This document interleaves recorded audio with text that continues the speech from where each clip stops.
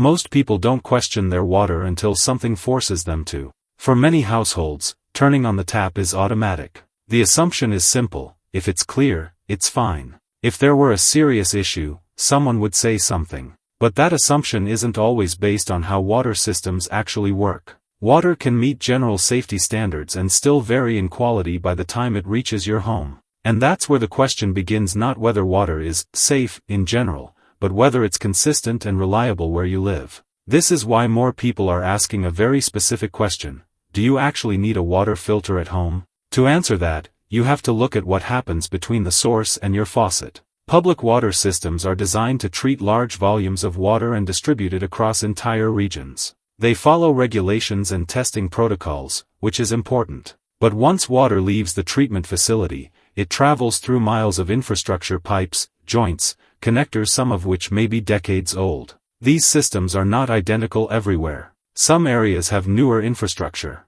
Others rely on older materials that can affect water as it passes through. Even within the same city, two homes can receive water with slightly different characteristics. This doesn't automatically mean something is wrong, but it does mean that water quality is not a fixed point. It can change depending on location, time, and conditions. Another factor is treatment itself. Water is treated to reduce harmful organisms and meet safety standards. This often involves chemical processes that help stabilize and disinfect the supply. While effective at scale, these processes can leave behind residual elements. In most cases, they are within acceptable limits. But acceptable doesn't always mean optimal for every individual preference. Some people notice taste differences. Others are more sensitive to certain compounds. And some simply prefer to have an extra layer of control. This is where water filters come into the conversation.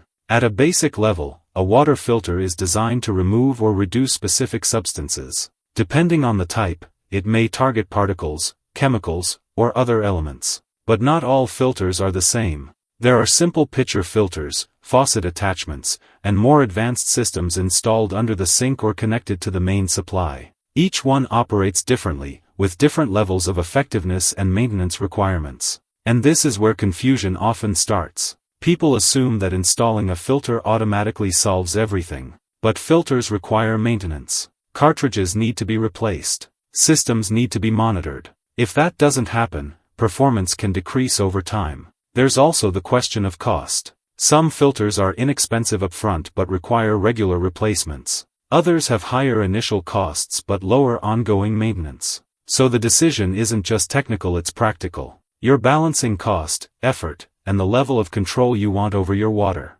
Another important point is that not every household has the same needs. In some areas, tap water is consistent and reliable. In others, people may notice variations in taste, odor, or clarity. Some homes have newer plumbing. Others may have older internal pipes that can influence water quality before it even reaches the faucet. So asking, "Do you need a filter?" is not a yes or no question. It's more accurate to ask, what problem are you trying to solve? If you're trying to improve taste, a simple filter might be enough. If you're concerned about specific elements, you may need a more targeted approach. And if your goal is long-term consistency, you might start looking at broader systems that give you more control. But here's where things become more interesting. Some people start with filters and eventually realize they're still dependent on external factors: replacement cycles, store availability, and ongoing costs. That leads them to explore more self-contained approaches. Not necessarily complex systems, but setups that allow them to manage their water more directly. Simple configurations using accessible materials. Approaches that reduce reliance on constant purchasing or replacement. Because for many, the goal shifts from filtering what comes in, to understanding and managing the process itself. This doesn't mean everyone needs to build something or change their setup, but it does highlight a key idea. Water quality at home isn't just about what you receive. It's about how much control you want over it. The key insight is this: a water filter is not a universal solution, it's a tool. And like any tool, its value depends on how well it matches your specific situation. For some people, it solves a clear problem. For others, it introduces new considerations. So instead of asking whether you need a filter, it's more useful to step back and evaluate your current setup.